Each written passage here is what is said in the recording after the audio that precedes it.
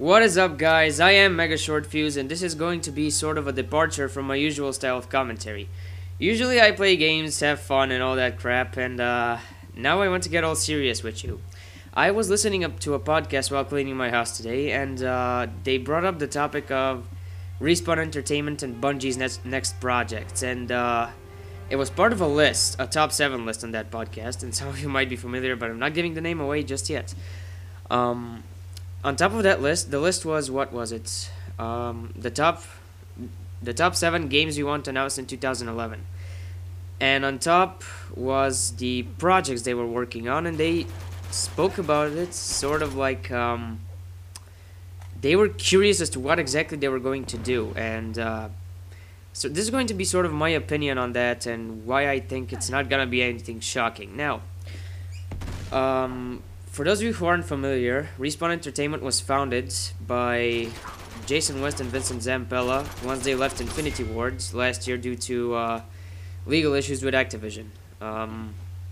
Once they left, most of Infinity Ward followed suit, and they found a new home at EA Games, and there they founded that new studio, Respawn Entertainment, which is basically Infinity Ward minus a couple of lesser developers. So, just as to why their next project will be, and it will probably be announced at E3 if not sooner. But I think they got hired there for a reason. They're very used to making first-person shooters, and that's why they hired them. Of course, EA is gonna take them because they think they can turn up a profitable product. And what else could they possibly make except a first-person shooter?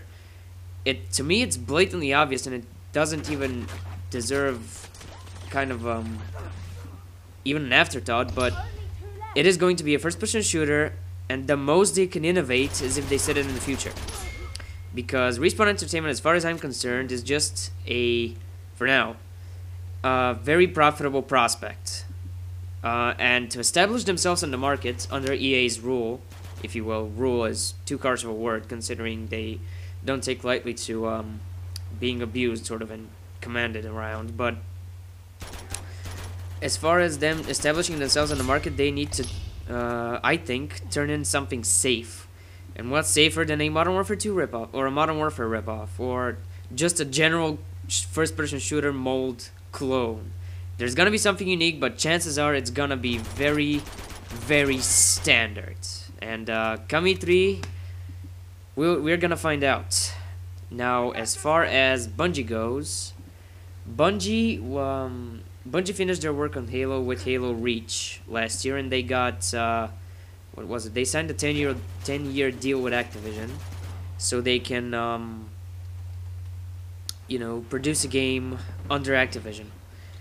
And considering Activision's track record, for those of you who don't know, and I'm pretty sure there's not many of you, last year, Activision basically murdered off anything that wasn't Call of Duty. I can give a couple of examples. Singularity. Singularity was an awesome game. It was released this summer, and almost in secret during summer of 2010. And I don't know why that is, except because what I think is Activision has gotten itself into a Call of Duty mentality. They are like, well, Call of Duty earns $1 billion. Anything that doesn't earn $1 billion doesn't even deserve to come out with any hype behind it, because it will surely not sell as much. That's a huge fucking mistake. Even 1 million copies turns a profit. If anything, by definition, a profit is when you go above the cost for the project. So if Singularity had sold at least 1 million copies, I'm guessing it would have gone over its budget, therefore turning a profit. But they didn't do it. Same with Blur. Blur was an awesome racing game, but it sort of got a little hype behind it, but it was dropped. Here we go. So Hey, this one's mine. I don't know where I'm going with this. I'm sorry, I just sort of lost my train of thought. But the point I'm trying to make here is Activision is putting a lot of resources just behind Call of Duty simply because it is Call of Duty. It turns a profit, it allows them to make another Call of Duty. So, by having Bungie on board, I think they're hoping, and of course it's probably the same situation as with EA. They got Bungie so they can have another very profitable product which they can rely on for funding, basically. So by having that at their disposal, they can surely make something that will sell just because it has Bungie's name attached to it. And on that note, their project will most likely be something Bungie is famous for. Again, a first-person shooter. Not a big surprise, and frankly it shouldn't be.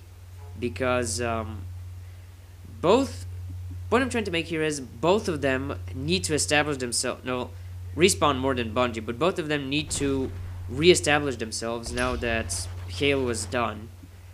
And Infinity Ward basically dissolved and then reassembled under Respawn. Respawn needs to prove itself, and Bungie needs to establish itself as a developer that can make different games than Halo.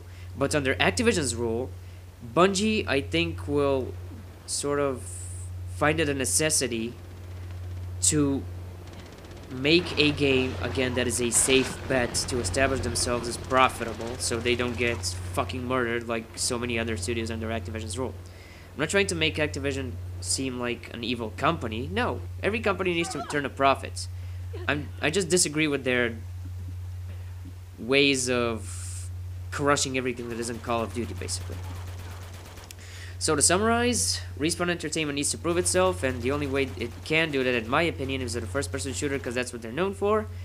And Bungie needs to reinvent itself, or under Activision terms, just put out something that will sell a lot. So that's my 2 cents on that. We're gonna wait till E3 probably to find out what it is, and then I'll do a retake of that probably. But until then, I am Mega Short Fuse. Thank you for watching. I don't know what the backdrop will be because I'm recording this without gameplay. So I would really like to know what you guys think on that subject. I really want you to get engaged in the comments. I'm not saying to rate. If you want, please rate it. It really will help me. But otherwise, thanks for watching. Thanks for listening to my silly rants. And back to more silliness, I guess.